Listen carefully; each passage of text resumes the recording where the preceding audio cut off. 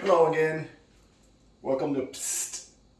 Put some stuff together. I make a smoothie every morning with power greens, fruit, and a little seasoning inside of it. So I decided this morning I'll just post one of my smoothies. It's pretty much like the other smoothie that I posted, but with different ingredients to make it taste a little bit different. And tomorrow I'll show you a different way to make it taste a little bit different again. So let's start off, okay?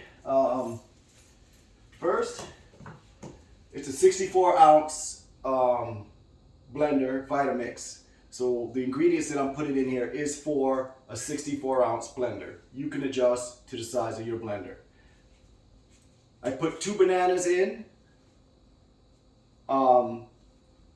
I usually take them out of the peel, split them in half, throw them in the blender. Same with this one. Take it out of the peel, split it in half, throw it in the blender. Then I take 1 handful of frozen mango.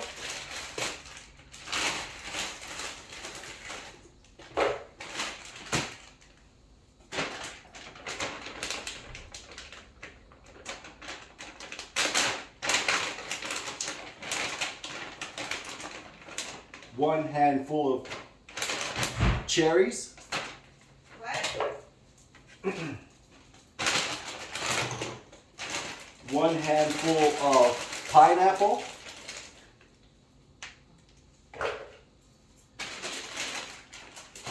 And 1 handful of blueberries.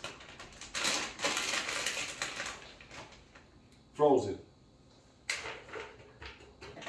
So it looks like a lot of fruit on the bottom, but it's good enough to keep you healthy and not to be too sweet. And then, so then what I do is when I put the frozen fruit on the bottom, I fill with some soy milk all the way to the top of the frozen fruit. All the way to the top of the frozen fruit. This gives it a nice creamy flavor to your shake. So then I am going to top it off with power greens, which you can get from Costco. This is a baby chard, baby spinach, baby kale. It's a 24 ounce, 1.5 pound bag. You can get them at Costco. And what I do is I buy like 5 or 6 bags at a time, throw them in my freezer. That way they don't spoil, they don't go bad. I throw them in there frozen. I can mash it down good frozen because when it's frozen it crumbles and stuff like that. So it's pretty good. All right, and it makes your smoothie nice and frozen. All right, so then you just take handfuls at a time, throw it in the blender.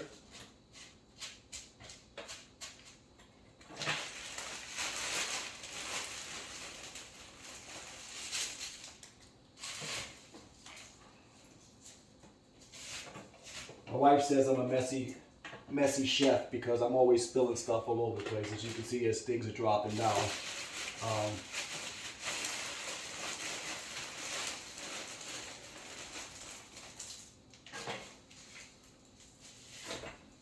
And then I kind of just mash it in a little bit because I want to get as much of these veggies in my shake as possible, because veggies are good for you, right?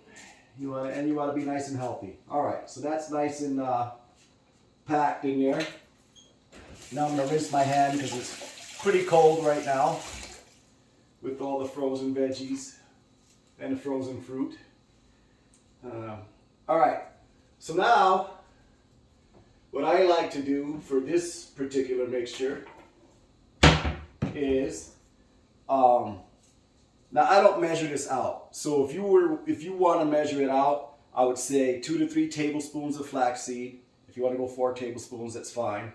But what I do is I basically I know how much I want in my thing, so I pour it in. You want to go 2, 3 tablespoons, 4 tablespoons more. The more flax, the better.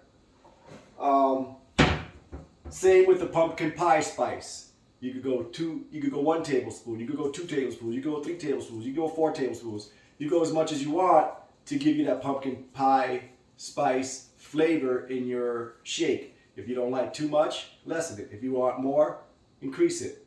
I know exactly what I like a lot. So I just kind of shake my pumpkin pie spice in there, make a nice little mound. Now I got it in there. Okay, so in addition to the pumpkin pie spice, you can add a tablespoon of vanilla. I know what I want, so I just kind of pour some in there. Give a little bit more splash. And then I have cayenne pepper, which gives the shake a little bit of a spicy kick to it. You can omit it if you don't like spiciness. I love it. My wife didn't like it at first, but now she likes it. And now she doesn't even complain about how much I put in there. She used to say, it's too spicy, lessen it down. But now she's like, she doesn't ever say anything. So either she's dealing with it or she's gotten used to it and she likes it. So this particular cayenne pepper, you want to start off like with a 1/4 teaspoon, work your way up, because it will give you a good kick if you're not used to it. So me, I don't measure, I just pour, as you can see. All right, so now we got all the ingredients in. So now that we have all that in there, the final thing I like to do, which is, you can't see it, probably not, a little bit. Let me try to turn the camera a little bit. If you can see my faucet here, I am going to fill the rest with filtered water, of course. Or if you don't have filtered water, regular water is fine if you can muster the taste. So I fill it up to about 1/4 inch from the top, maybe 3/4 inch from the top, because when you blend it, your ingredients are going to make it expand, so you don't want it overflowing, going over the top, which I do quite often, to be honest with you. I'm not perfect. All right, so I've got it to the level where I want it. I am going to throw it on my blender. I'm going to throw my cover on, make sure no leaves get in between. Press down. This particular Vitamix blender, I have a smoothie section. Let me turn it back so just in case you can't see it. I have a smoothie section right here. And then I just, now that I'm on a smoothie section, push the button. And it will make my smoothie. It goes through a little cycle. Starts off slow, gradually goes faster.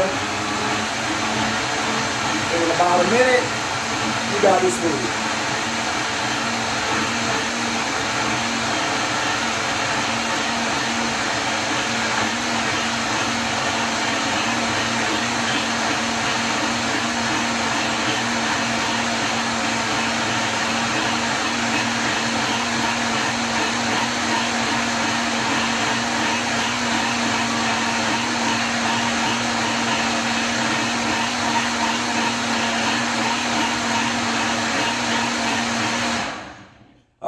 Your smoothie's done.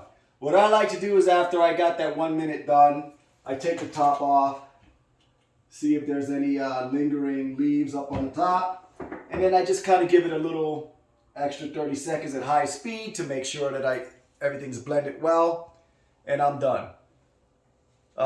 Tomorrow I'll show you, so this is what I call my pumpkin spice smoothie, and it's actually pretty good.